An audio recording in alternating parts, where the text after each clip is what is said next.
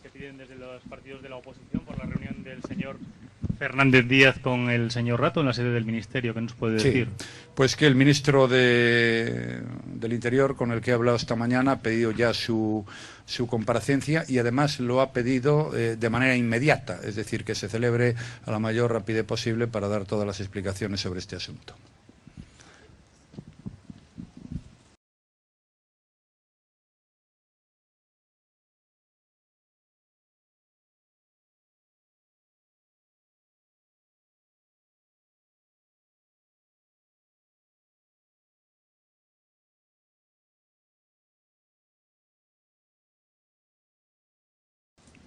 Sí, ¿nos puede decir a usted qué le parece ese encuentro personal? El ministro del Interior dará la respuesta el viernes, opinión, como le he dicho, no. pero no va a haber nada de particular, como verá usted el viernes, o Pero cuando proceda y diga a la mesa. El señor Rato, en cualquier caso, sí que dice que se habló de su situación procesal judicial en esa reunión.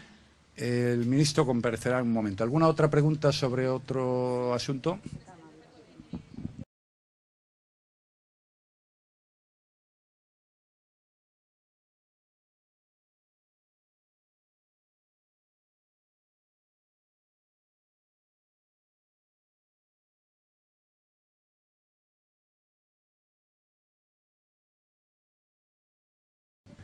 ¿Alguna cosa más? Señoras y señores, muchísimas gracias. Última. Volviendo al tema de Rato, no sé si nos podía... Muchas gracias. Adiós.